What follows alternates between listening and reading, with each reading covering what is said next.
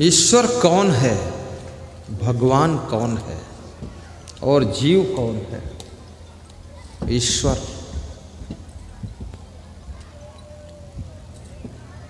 जीव ईस में भेद किमी, इतनो है सदीव। मोक्ष दस बद्ध दशा में जीव कहीं, मोक्ष दशा में शिव। जब तक माया मोह के बंधन में है ये आत्मा, तब तक इसको जीव कहते हैं। और माया मोह के बंधन से छूट जाए तो यही जीव शिव बन जाता है, अर्थात इसको फिर ईश्वर का स्थान मिल जाता है।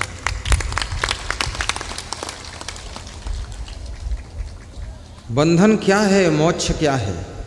बंधाय विषया संगो, मुक्तो निर्विषयं मनः, मनेव मनुष्याणां कारणं बंध मोक्षयो।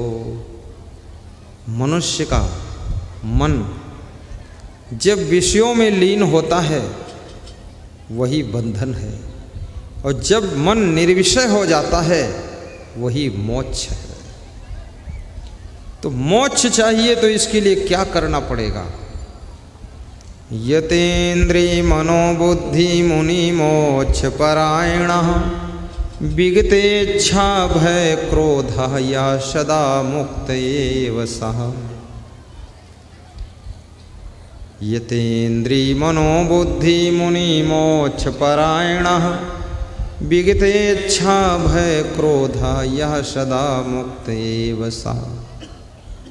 जो क्रोध, भय और राग को जीत लेता है, इंद्रियों और मन को जो जीत लेता है, वो मोक्ष को प्राप्त करता है।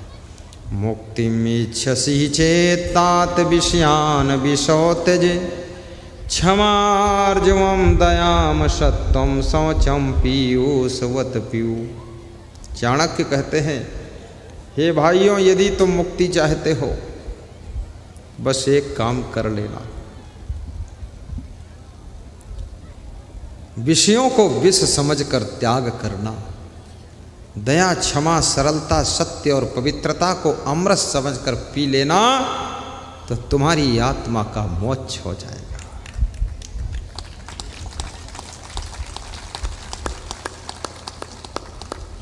बिनु वैरागी न भक्ति है, बिनु वैरागी न ज्ञान, बिनु वैरागी न मुक्ति है, बिनु वैरागी न शान। ताते मुख्य प्रधान है सबको यह वैराग, गुरु कृपा जा पर भई ते पावत बड़ भाग। वैराग्य से ही भक्ति होती, वैराग्य से मुक्ति होती, वैराग्य से जिंदगी में शान रहती है, और वैराग्य से ही ज्ञान प्राप्त होता है। इसलिए वैराग्य भी आना चाहिए। राग में डूबा हुआ आत्मा साधारण जीव बन जाता है, और राग के कुंड से निकल करके जो राग मुक्त होता है, वैराग्य में डूबता है, वही आत्मा परमात्मा बन जाता है, परमात्मा बन जाता है। राग द्वेष वियुक्तैस्तु विषयान् इंद्रियैश्चरन्, आत्मवशैर्विधेयात्मा प्रसादम यदि गच्छति। जो राग द्वेष से मुक्त है, जिसकी इंद्रियां विषयों की तरफ आकर्षित नहीं होती हैं, जो अपनी आत्मा से आत्मा में ही संतुष्ट है, उसे प्रसन्नता, शांति और मोक्ष की प्राप्ति होती है। यमहीन व्यथन्ति एतैः पुरुषं पुरुषर्षभम्। श्रीमद्भगवत गीता से। समदुख सुखम धीरम सह अमृतत्वाय कल्पते। अर्जुन कृष्ण से पूछते हैं, अमृत को पीने योग्य कौन होता है?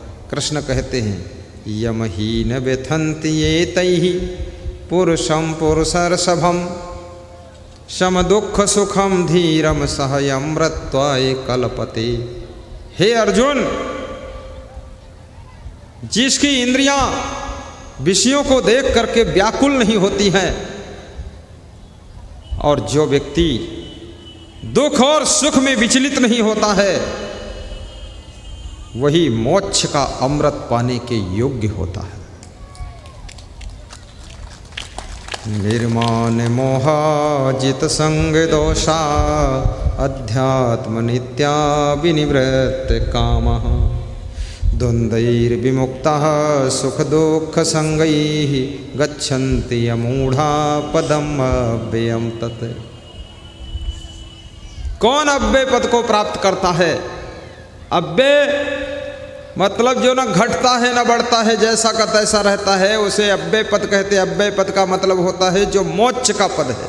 उसे कौन पाता है? वो पाता है निर्माण मोहाजित संग दोषा। जो निर्माण है,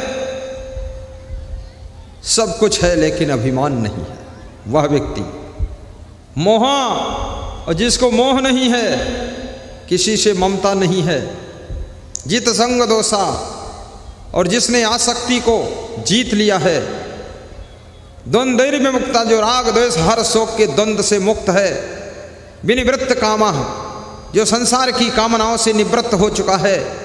अध्यात्म नित्या, जो नित्य आध्यात्मिक चिंतन करता है, अध्यात्म में डूब, जो नित्य प्रवचन सुनता है, नित्य सत्संग सुनता है, नित्य गुरु का ध्यान करता है, ऐसा व्यक्ति अव्यय पद का अधिकारी बनता है। उसी की आत्मा का मोक्ष हो जाता है। निर्माण मोहाजित संग दोषा अध्यात्म नित्या विनिवृत्त कामः द्वन्द्वैर्विमुक्तः सुख दुःख संगैः गच्छन्ति अमूढ़ा पदम अव्ययम् तत्।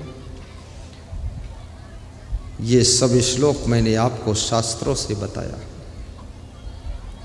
ज्ञानम वैराग्यम ऐश्वर्यम यशः श्री समुदाहृतम खड्गुणेश्वरी युक्तो ही भगवान श्री गुरु प्रिय।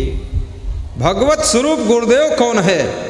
जिसके पास ज्ञान है, वैराग्य है, ऐश्वर्य है, यश है, लक्ष्मी है, मधुर वाणी है, ये 6 गुणों से युक्त पुरुष भगवत स्वरूप गुरुदेव होता है। वो गुरु भगवान का रूप होता है। ऐसा स्कंद पुराण में लिखा है। शिव जी पार्वती को समझा रहे।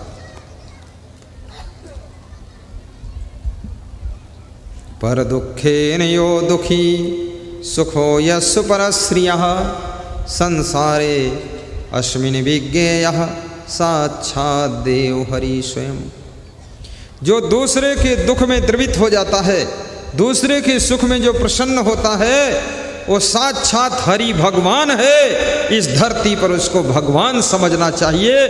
जो दूसरे के दुख में पिघलता है और दूसरे के सुख में खुश हो जाता है, वो भगवान का दूसरा रूप होता है। पर दुखेन यो दुखी सुखो यस्सु परश्रियः संसारे अस्मिन् सह विज्ञेयः साक्षात् देव हरि स्वयं।